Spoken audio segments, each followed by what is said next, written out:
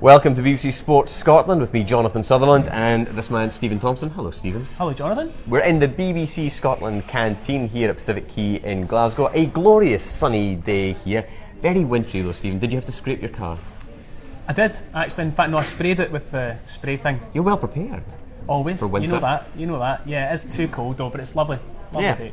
Now, we'll get to the predictions for this weekend very shortly. 4 matches in the Scottish Premiership this weekend, plus the League Cup final on Sunday, of course, between Aberdeen and Celtic. We'll get to all that very soon, but massive match in Glasgow last night. Celtic up against Barcelona in the Champions League. Barcelona coming away with the victory. Stephen, you watched it. What was your impressions of the game?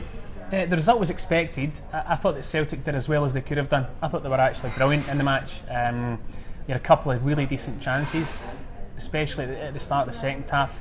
I thought obviously Messi was just, head and shoulders above everybody else on the pitch. Interestingly, I clicked on the wee app thing just before the kind of end of the game, last 15 minutes, and it gives you the players' kilometres that they've ran in the match. All right, yeah. So, like, obviously Scott Brown and Stuart Armstrong had run the most. Mm-hmm. The player that had run the least in the match was Messi, and it just kind of goes to show that stats and how the distance you cover aren't necessarily, all that important. So how far had Messi run? At that point in time, something like 7 kilometres, where at the same time in the match, Stuart Armstrong had done something wild like 12. Wow. But it just shows you just the quality when he's on the ball.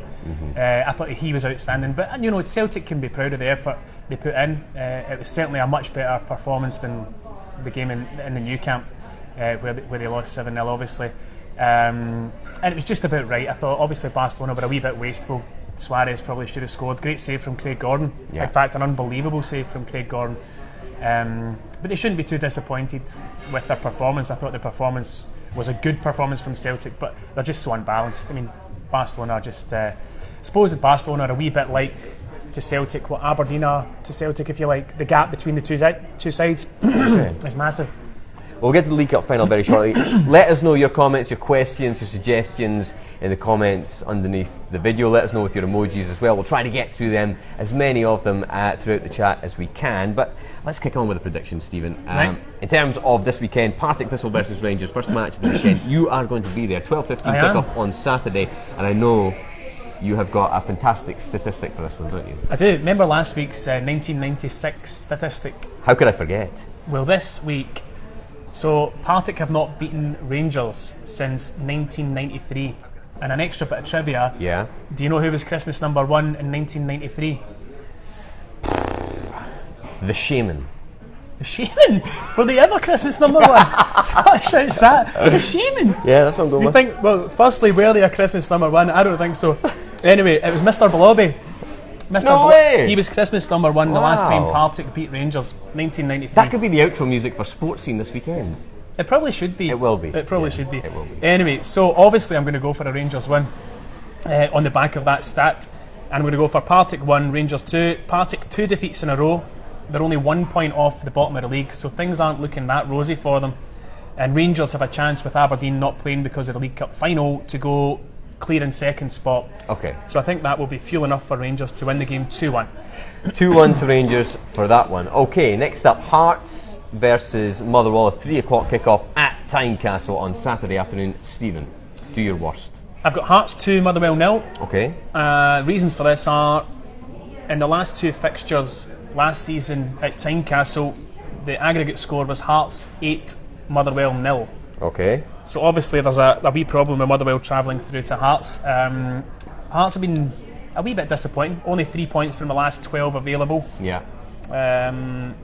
Drawn their last 3 games in a row. Of course. Conceding 8 goals. So it's not all rosy for Hearts at the minute. Motherwell obviously a great win last weekend. Played well, but they're inconsistent. And on the basis of their poor records at Tynecastle last season, I'm going to go for 2-0 Hearts. 2-0 to Hearts is Stephen Thompson's prediction for the match between Hearts and Motherwell this weekend. Mondo Jambo says Robert Brewster Wilson, so that's going to get a thumbs up. Although, good luck to Motherwell as well, just in case of impartiality. What's wrong with Motherwell, Jonathan? Nothing at all. Dundee versus Inverness Cally Thistle next, 3 o'clock kickoff at Dens Park. Stephen, what's going to happen there? I'm going for a draw. Inverness 2, Dundee 2. Inverness have lost their last 2 games. They've only had 1 point from their last 9 available, so they're not in good form, Inverness. Albeit their last couple of games have been like Celtic, Hearts, Aberdeen. Yeah. So they've been playing difficult opposition. In the last year's fixture between the two sides, there was 3 draws, which points me towards a draw. Yeah. Dundee disappointed at losing that late goal last week at Ibrox, especially on the back of 2 really good wins. They'd looked as though they'd held on for a valuable point at Ibrox. Yeah. It would have been a real sore one. Yeah. They can take heart in the fact that they defended well in the game, although they didn't offer much offensively. So I'm going to go for a draw. I was swithering between 1 each or 2 each. Yeah.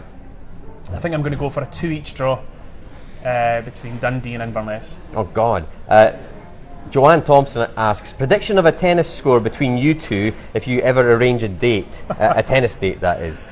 Yes, well, we had one arranged and you pulled out, so... Yeah, I had, sorry, I had a prior engagement, sorry. Yeah. But yeah, whitewash. Prediction of a score, 6-love. 6-love. Yeah, 6-love. If I we're think that's playing a 2 bagel, sets. isn't it? Yeah, anyway. Okay. Let's move on. Thanks for that, Joanne. Ross County versus Hamilton, 3 o'clock kickoff at Dingwall. That's a crunch match, isn't it? It is, and I'm going to go for a Ross County win, 2-0. Ross County have had a bit of a kind of revival in their results. Revival? Is that the wrong word? They've had a revival. What's revival then? I don't know. I'll have to look up in the dictionary afterwards. A revival in the last couple of weeks. Obviously the draw against Rangers, a great point, and then last week scoring 4 goals against St Johnstone. Yeah. A tough away fixture, getting the 3 points, so that's 4 points from 6. Yeah. They will be, the amount of confidence that will have given them getting into this home game is massive. The lift it will give them, especially after the run they were on. Yeah. I can't see anything other than a Ross County win. They've got all their quality players back playing. They've got the front 2 that they want playing. Chris Burke's playing well. Gardyne on the other side. They're creating opportunities and scoring goals. So I'm going to go for Ross County 2, Hamilton 0. Okay, so 4 games in the Premiership this weekend, which we'll have on Sports Scene for you. 6 o'clock BBC 2. Stephen Thompson in the studio. Pat Nevin making a guest appearance this week, which will be good. In terms of the... better decline that for the time being. The League Cup final, Sunday. It's going to be a massive game between Aberdeen and Celtic. Yeah. Celtic obviously had the rigours of the Champions League last night. How much impact do you think that will have on Sunday's match? I don't think it'll have a massive impact. They've got enough time to recover from the match. Obviously Celtic put a lot into last night's game. There was a couple of substitutions made by Brendan Rodgers that took Rogic off early in the game, which I think was obviously with an eye to Sunday's match. No, it won't have an effect on Sunday's game. It's a massive cup final. For me, it's the 2 best teams in Scottish football right now. It's the kind of...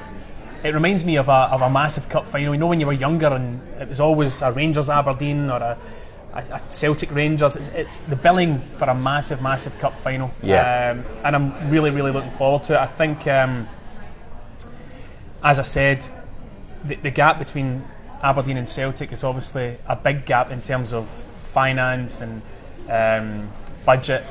But I do think that Aberdeen can win this cup final. I really do.